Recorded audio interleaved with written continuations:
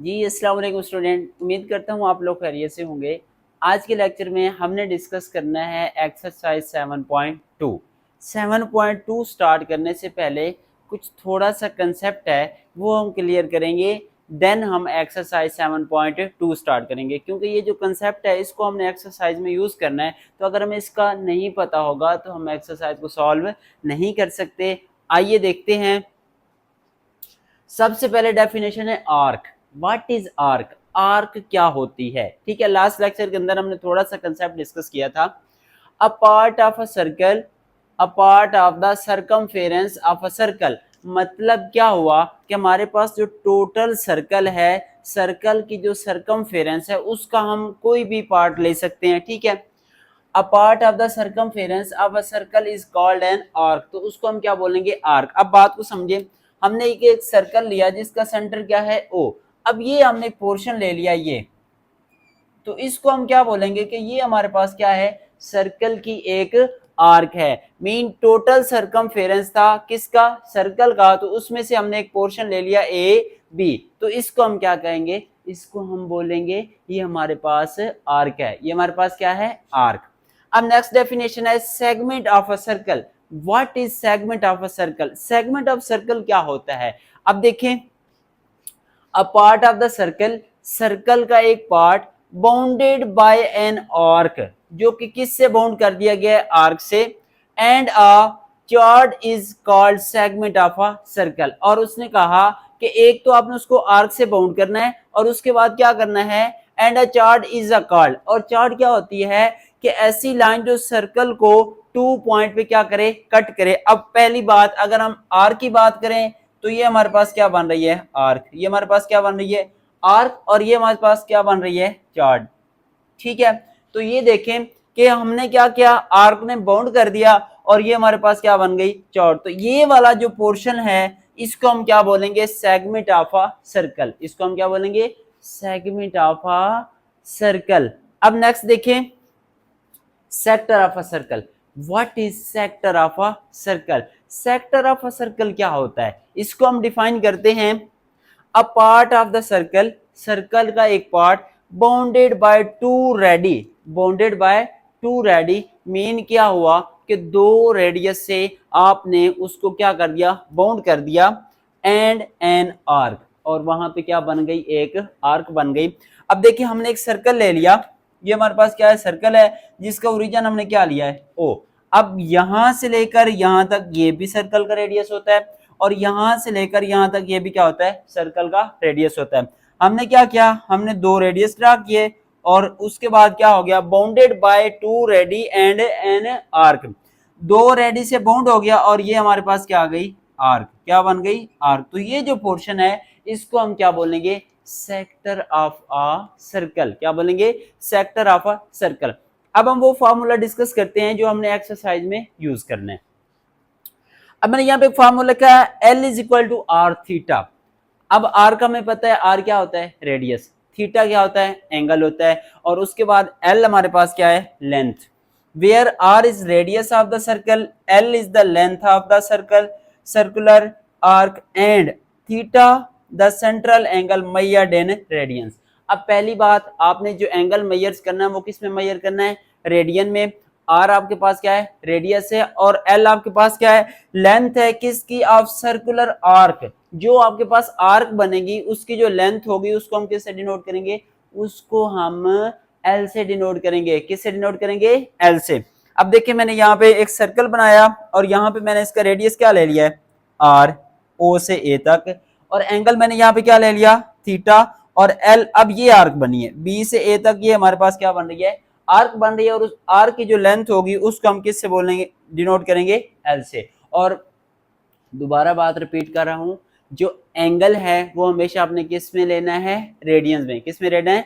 Radiance में। तो ये थोड़ा सा कंसेप्ट था जो आपको बताना जरूरी था।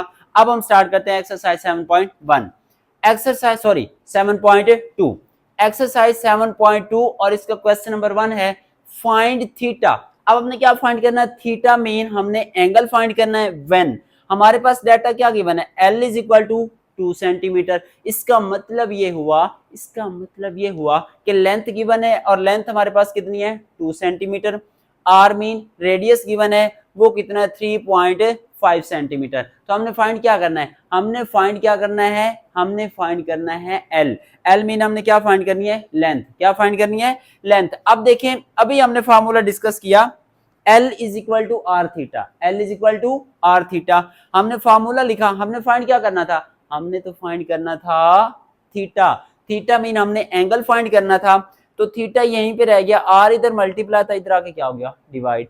L over R is equal to क्या आ गया, थीटा। अब क्वेश्चन के अंदर एल की वैल्यू भी गिवन है और आर की वैल्यू भी गिवन है। एल की जगह पे 2, आर की जगह 3.5। अब हम क्या करेंगे, दोनों को जब हम डिवाइड करेंगे तो हमारे पास आता है 0.57। और मैंने आपको पहले ही बता दिया है कि जो आपने एंगल लेना है वो हमेशा किस में लेना है, रेडियन में। तो इसका मतलब क्या हुआ, इसका मतलब ये हुआ कि थीटा की वैल्यू क्या आ गई, 0.57 रेडियन। तो इस तरह हमारा ये फर्स्ट पार्ट कंप्लीट हुआ। अब सेकंड पार्ट है L इज इक्वल 4.5 मीटर और R is equal to 2.5 metre. इसमें भी हमने क्या फाइंड करना है, इसमें भी हमने एंगल ही फाइंड करना है। L is equal to R theta, theta हमने फाइंड करना है, R मल्टीप्लाई और इधर आके क्या हो जाएगा, डिवाइड। क्या हो जाएगा, डिवाइड हो जाएगा। L की वैल्यू कितनी है 4.5, R की वैल्यू कितनी है 2.5। डिवाइड करेंगे आंसर क्या आएगा 1.8 रेडियन। तो थीटा की वैल्यू क्या आ गई 1.8 रेडियन। तो इस तरह हमारा ये क्वेश्चन नंबर 1 कंप्लीट हुआ। जी बेटे नेक्स्ट क्वेश्चन हमारे पास question number 2, find L when.